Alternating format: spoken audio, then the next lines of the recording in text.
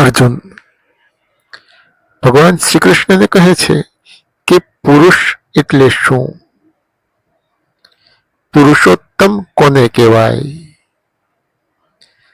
જગતના લોકો, જ્ઞાનીજનો, ભક્તજનો તમને પુરુષોત્તમ શા માટે કહે છે? ભગવાન શ્રી કૃષ્ણ કહે છે કે આ જગતમાં ક્ષર અને અક્ષર એમ બે જ પુરુષ છે. ક્ષર એટલે શરીર, જેનો એક દિવસ નાશ થાય છે. આ શરીરનું એક દિવસ મૃત્યુ થાય છે. અને અક્ષર એટલે આત્મા, આ શરીરને ધારણ કરનારો આત્મા, જેનો ક્યારેય નાશ થતો નથી. આત્મા ક્યારેય મરતો નથી. આ જગતમાં બે જ પુરુષ છે, શરીર અને આત્મા. ભગવાન શ્રી કૃષ્ણ અર્જુનને કહે છે કે હું આ ક્ષર અને અક્ષર રૂપી આ બંને પુરુષોથી અલગ છું. હું શરીર અને આત્મા રૂપી આ બંને પુરુષોથી શ્રેષ્ઠ છું. અને એટલે જ પુરુષોત્તમ તરીકે ઓળખાવું છું. અને જે મનુષ્ય મને પુરુષોત્તમ સમજે છે, પુરુષોત્તમ સ્વરૂપે મારી ભક્તિ કરે છે, મારી પૂજા કરે છે, મારી ઉપાસના કરે છે, એવો ભક્ત પરમ તત્વને પ્રાપ્ત કરી લે છે, પરમાત્મા તત્વને પ્રાપ્ત કરી લે છે.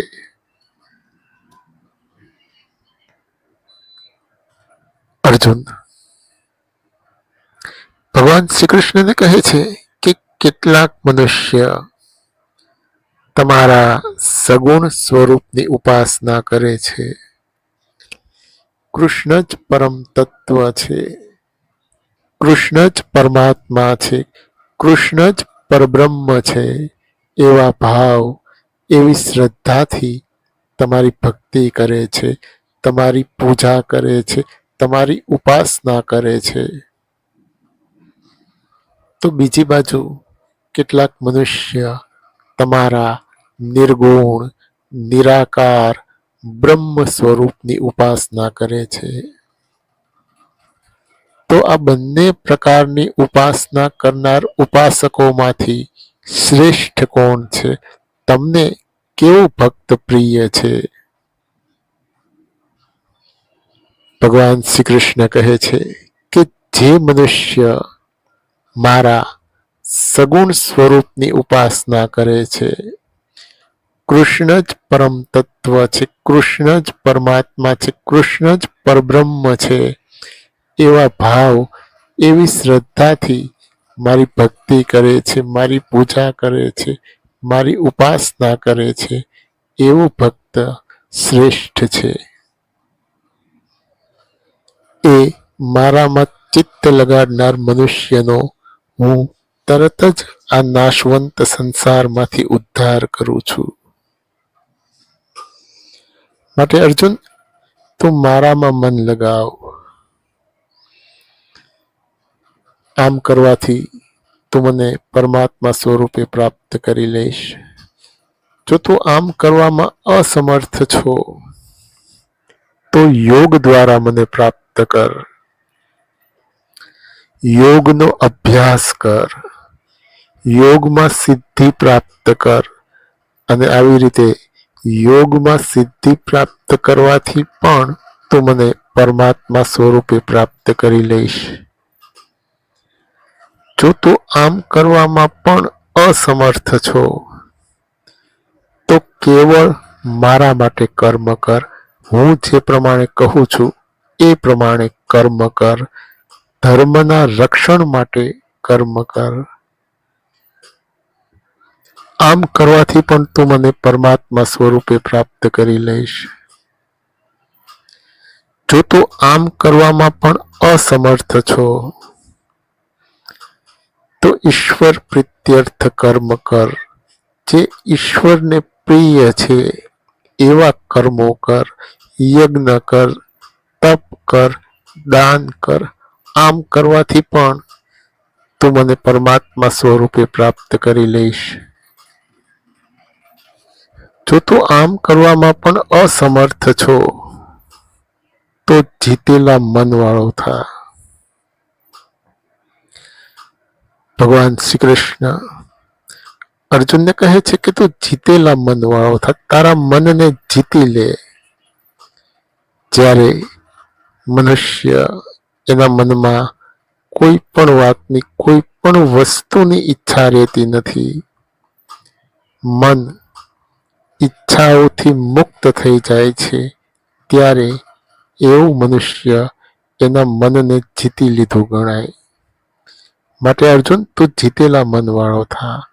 આમ કરવાથી પણ તું મને પરમાત્મા સ્વરૂપે પ્રાપ્ત કરી લઈશ. અર્જુન ભગવાન શ્રી કૃષ્ણને કહે છે કે અનેક ભક્તો અનેક પ્રકારે તમારી ભક્તિ કરે છે, તમારી પૂજા કરે છે, તમારી ઉપાસના કરે છે. તો આ બધા ભક્તોમાંથી તમને કેવું ભક્ત પ્રિય છે? તમને પ્રિય હોય એવા ભક્તના લક્ષણ શું છે? ભગવાન શ્રી કૃષ્ણ કહે છે કે જે મનુષ્ય બધા પ્રાણીઓને એક સરખા માને છે, હાથી હોય, ગાય હોય, કૂતરો હોય, સ્ત્રી હોય, પુરુષ હોય, જે બધા પ્રાણીઓ પ્રત્યે સમભાવ રાખે છે, એવો ભક્ત, એવો મનુષ્ય મને પ્રિય છે. જે મૈત્રી ભાવના વાળો છે. ભગવાન શ્રી કૃષ્ણ અર્જુનને કહે છે કે જે મૈત્રી ભાવના વાળો છે, જે દરેક જીવને, દરેક પ્રાણીને પોતાના મિત્ર સમજે છે, એવો ભક્ત મને પ્રિય છે. જે કરુણાથી ભરેલો છે, જેના મનમાં કરુણા ભાવ છે, દયા ભાવ છે, દરેક જીવ પ્રત્યે, દરેક પ્રાણી પ્રત્યે જેના મનમાં કરુણા ભાવ છે, એવો ભક્ત મને પ્રિય છે. જે નિરહંકારી છે. ભગવાન શ્રી કૃષ્ણ અર્જુનને કહે છે કે જે નિરહંકારી છે, જેને કોઈ પણ વાતનું, જેને કોઈ પણ વસ્તુનું અભિમાન નથી, જે અહંકારથી મુક્ત છે, એવો ભક્ત મને પ્રિય છે. જે બોલવામાં સંયમી છે. ભગવાન શ્રી કૃષ્ણ અર્જુનને કહે છે કે જે બોલવામાં સંયમી છે, જે ખૂબ ઓછું બોલે છે, જરૂર પૂરતું બોલે છે, સત્ય બોલે છે, મધુર બોલે છે, હિતકારી બોલે છે, બીજાનું હિત થાય, બીજાનું કલ્યાણ થાય એવું બોલે છે, આવો બોલવામાં સંયમ રાખનારો મનુષ્ય, આવો બોલવામાં સંયમ રાખનારો ભક્ત મને પ્રિય છે.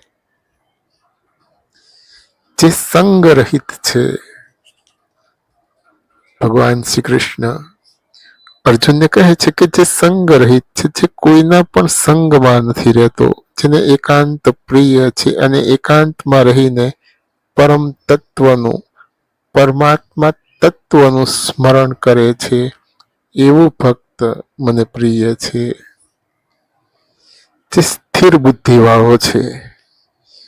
ભગવાન શ્રી કૃષ્ણ અર્જુનને કહે છે કે જે સ્થિર બુદ્ધિવાળો છે, જેની બુદ્ધિ સ્થિર છે, પરમ તત્વમાં, પરમાત્મા તત્વમાં જેની બુદ્ધિ સ્થિર થઈ ગઈ છે, આવો સ્થિર બુદ્ધિવાળો મનુષ્ય, આવો સ્થિર બુદ્ધિવાળો ભક્ત મને પ્રિય છે. જે સુખ દુઃખ, ઠંડી ગરમી, રાગ દ્વેષ, જય પરાજય નિંદા સ્તુતિ માન અપમાન આ બધામાં એક સરખો ભાવ રાખે છે એવો ભક્ત મને પ્રિય છે.